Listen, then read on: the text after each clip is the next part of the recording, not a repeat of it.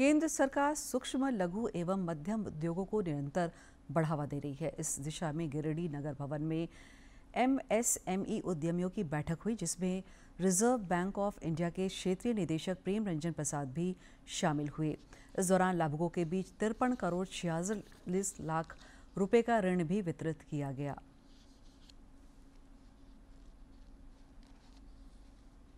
कि वर्ष 2047 तक भारत को विकसित राष्ट्र बनाने के लिए बैंकों के साथ साथ छोटे बड़े सभी MSME सेक्टर के उद्यमियों को भागीरथी प्रयास करना होगा।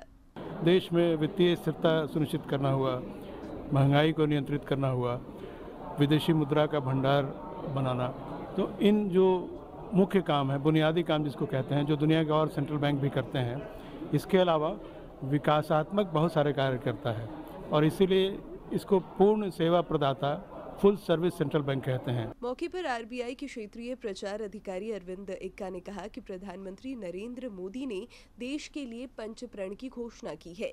इसे साकार करने के लिए MSME को मजबूत करना होगा। अगर हमें एक विकसित देश की तरफ बढ़ना है तो जो MSME है उसका रोल जो है वो इम्पोर्टेंट हो जाता है। कार्यक्रम के दौरान विभिन्न बैंकों ने गिरिडीह के उद्यमियों के बीच 53 करोड़ 46 लाख रुपए के ऋण वितरित किए। एक महिला उद्यमी ने बताया कि वे इस ऋण से मिठाई के व्यापार को बढ़ावा देकर पति का सहयोग करेंगी। हमारे हस्बैंड का ये मतलब बिजनेस है, ये इसमें करते हैं बहुत सालों से, कम से कम 5 साल से कर रहे हैं और हम चाहते हैं कि इनके बिजनेस को आगे बढ़ाएं, तो हम उनके साथ हम दोनों मिलकर इस बिजनेस को आगे बढ़ाएं। देश के समावेशी विकास और आत्मनिर्भर भारत के निर्माण में MSME की महत्वपूर्ण भूमिका है। उम्मीद की जानी चाहिए कि गिरिडीह में ऋण वितरण और कार्यक्रम का आयोजन इस सेक्टर को नई ऊंचाइयों तक पहुंचाने में मददगार साबित होगा। DD न्यूज़ के लिए गिरिडीह से रमेश प्रभाकर की रिपोर्ट।